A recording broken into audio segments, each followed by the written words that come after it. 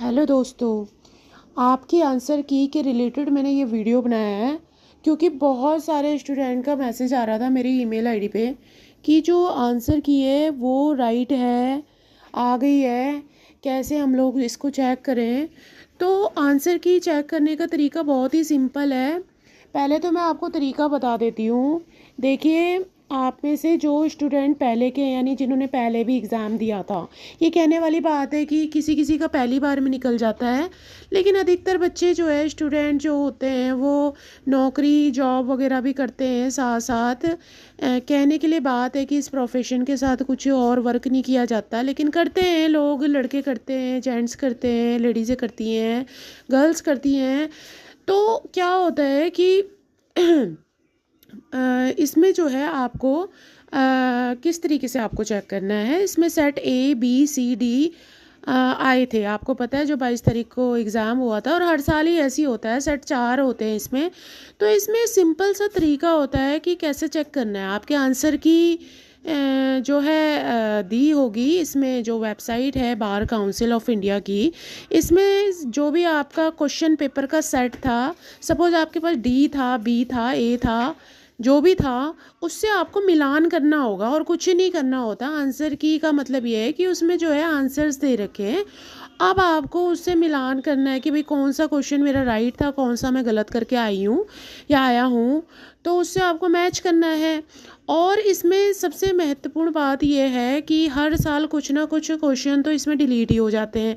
अब आप में से जो नए स्टूडेंट्स होंगे उनको डिलीट का मतलब समझ में नहीं आ रहा होगा, जो पुराने हैं उनको तो समझ में आ ही रहा होगा।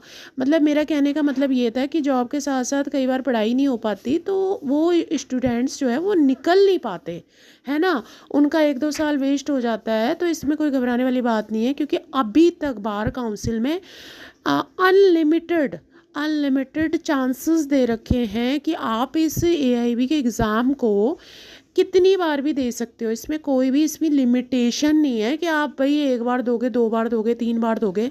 हाँ, लेकिन ज़्यादा स्टूडेंट्स की क्या कोशिश होती है कि 2 साल के अंदर तो भैया पहले तो एक ही अटैम्प्ट में क्लियर हो जाए, नहीं तो 2 साल के अंदर तो क्लियर हो ही जाए। इसका मेन रीज़न ये होता है कि उनको टेम्पररी सीओपी मिला होता है, ठीक है, प्रैक्टिस ऑफ सर्टिफिकेट जिसे कहते हैं, और 2 साल के अंदर क्या होता है उसको फिर रिन्यूअल करवाना पड़ता है, और उसके बाद वो जो है बिल्कुल बेकार हो जाता है। यानी कि उसके बाद आप एज अ रूल जो है आप कोर्ट में प्रैक्टिस नहीं कर सकते, ठीक है, कहने के लिए।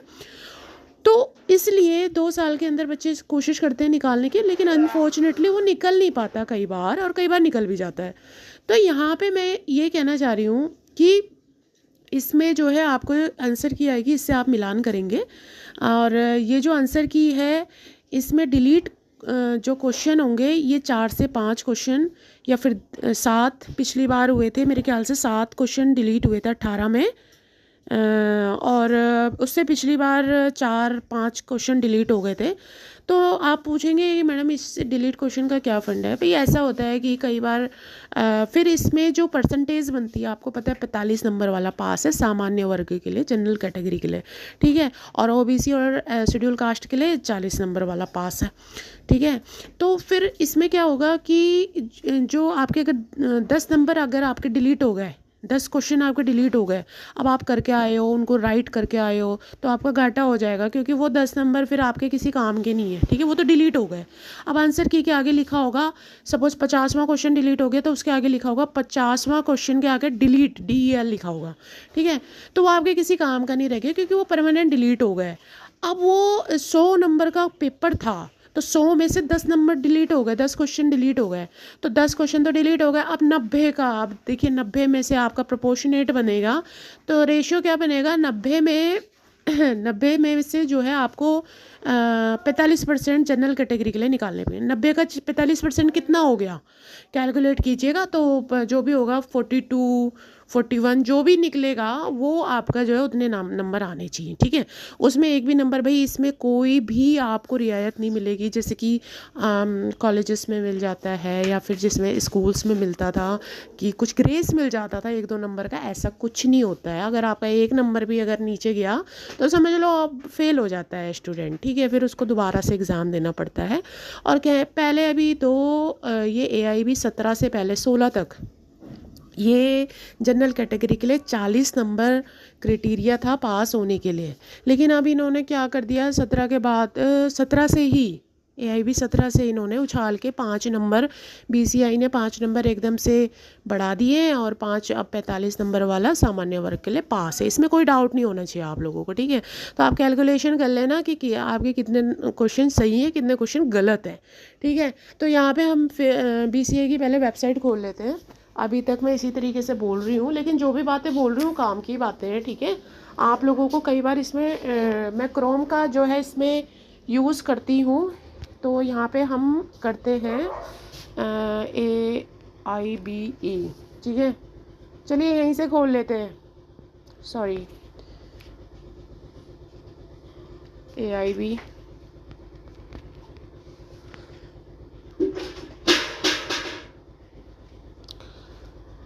.in। कई बार मेरे माइंड से भी निकल जाती है क्योंकि मेरा खोलना नहीं हो पाता है। एक सेकंड आप होल्ड करिए। BCI bar council of India, ठीक है। तो यहाँ से हम इसको खोल रहे हैं। ये इसकी सेकंड वाली यार वेबसाइट खुल गई है। एक सेकंड रुको आप, एक मिनट, ये दूसरी वाली है, दूसरी वाली खोलते हैं हम। इसका आप इसका देखिए एड्रेस भी दे रखा है इसमें, AIB www सॉरी यार www.aib।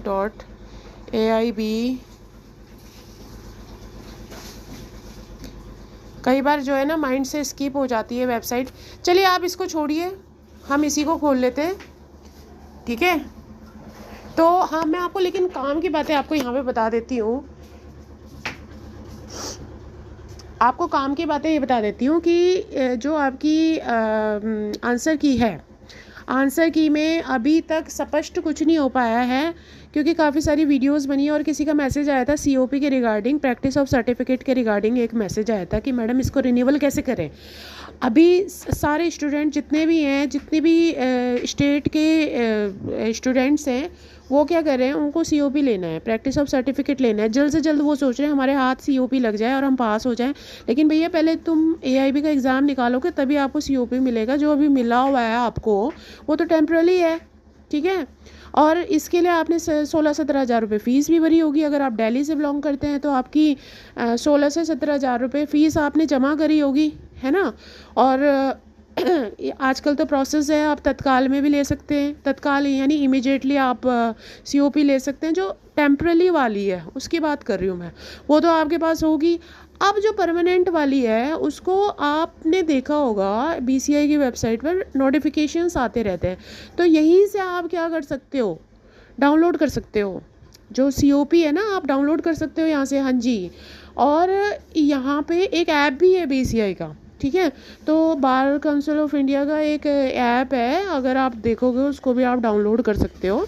अगर आपको डायरेक्ट COP अपलोड करनी है तो सिर्फ उसमें ना आपको क्या करना है, उसमें आपको एक इनरोलमेंट नंबर डालना है अपना, और डेट ऑफ बर्थ डाल दोगे आप उसमें। बस इतना करोगे, सही से इनरोलमेंट नंबर डालोगे और वो आपके सामने खुल के आ जाएगा स्क्रीन पे, विंडो पे। तो उसको आप डाउनलोड करके उसका प्रिंट ले सकते हो, ठीक है। तो ये एक सिंपल सा तरीका है। लेकिन अगर फिज़िकली अब आपको देखो, बार काउंसिल हर स्टेट में होती है, जहाँ भी आपका डिस्ट्रिक्ट जो आपका कोड पड़ता है उसके अंदर बार काउंसिल इंक्वायरी में जाइए, पूछिए। अगर आपको कोई डाउट है आप वहाँ जाएंगे, आपको पता चलेगा, ठीक है। 50 रुपये से, एक सेकेंड, सॉरी ये अपना आप मेरा फ़ोन कई बार ना ऑपरेट करना शुरू कर देता है क्योंकि हैंग हो जाता है, सॉरी। तो उसमें क्या होता है ना कि जैसे आप बार काउंसिल अपनी डिस्ट्रिक्ट कोर्ट में गए, जो भी आपके हरियाणा का है या फिर आपका दिल्ली का है, महाराष्ट्र का है, कहीं का भी है, वहाँ पे आप जाओगे तो वहाँ पे आपको पर्ची कटवानी पड़ेगी 50 से 100 रुपये की, ठीक है। तो 50 से 100 रुपये की आप पर्ची कटवाओगे, फॉर्म फिल करोगे, तो वहाँ से आपका जो है आपका एक आईडी कार्ड जैसा होता है, वो आप बना सकते हो। इसके लिए ये सिर्फ कोर्ट का, जो आपका डिस्ट्रिक्ट कोर्ट होगा उसको मैं प्रैक्टिस के लिए जो बनाना पड़ता है, मैं उसकी बात कर रही हूँ। ये जो 16-17 हज़ार रुपये फ़ीस वाली बात मैंने बताई थी आपको, ये तो आपको पता है टेम्प्रेरी लाइसेंस के लिए है। और जो आप जिस कोर्ट में आपको प्रैक्टिस करनी है तो उसके लिए आपको वहाँ पे इनरोलमेंट तो करवाना पड़ेगा ना, तो उसके लिए 50-100 रुपये की फ़ीस लगती है, वो आपको मिल जाएगा। वो आपका जो कार्ड है, वो जो आपका कार्ड होगा वो आपको 1 आध हफ्ते में मिल जाएगा, वहीं से कलेक्ट करना होगा आपको उसी कोर्ट से।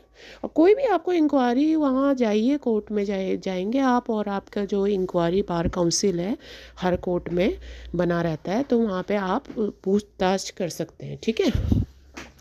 और काफ़ी सारी वीडियोस बनी है, इन्फॉर्मेटिव वीडियोस पाने के लिए आप इस चैनल को ज़्यादा से ज़्यादा सब्सक्राइब कीजिए।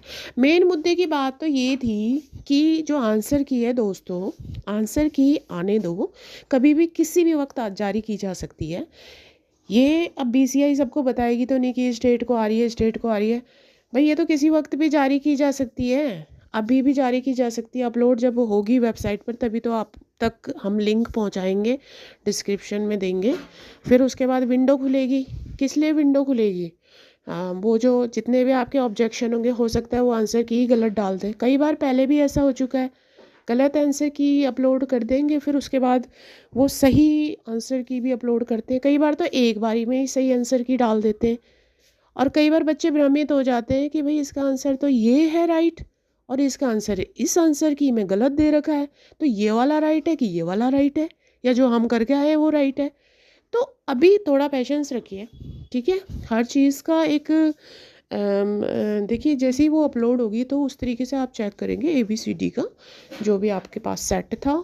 आप बताइए आपके पास कौन सा सेट है, क्योंकि कमेंट पे कोई भी अटैचमेंट का देखिए ऑप्शन तो है नहीं तो अटैचमेंट करके आप मेरे को वो भेजते हैं, आपका क्वेश्चन पेपर है ना AIB 19 का, लेकिन अटैचमेंट का ऑप्शन नहीं है। चलिए कोई बात नहीं, आप थोड़ा सा पेशेंस रखिए, जैसे ही आएगी आप तक पहुंचेगा नोटिफिकेशन। बस आप इस चैनल को सब्सक्राइब कर दीजिए। वीडियो लंबा हो गया है, मैं यहीं पे कोई डाउट हो आप मुझको जो है कमेंट देना, ठीक है। And best of luck for your exam, आपके रिज़ल्ट के लिए। और आप जो है एटलीस्ट पास तो हो ही जाओ, ठीक है। Bye bye, meet you in next video.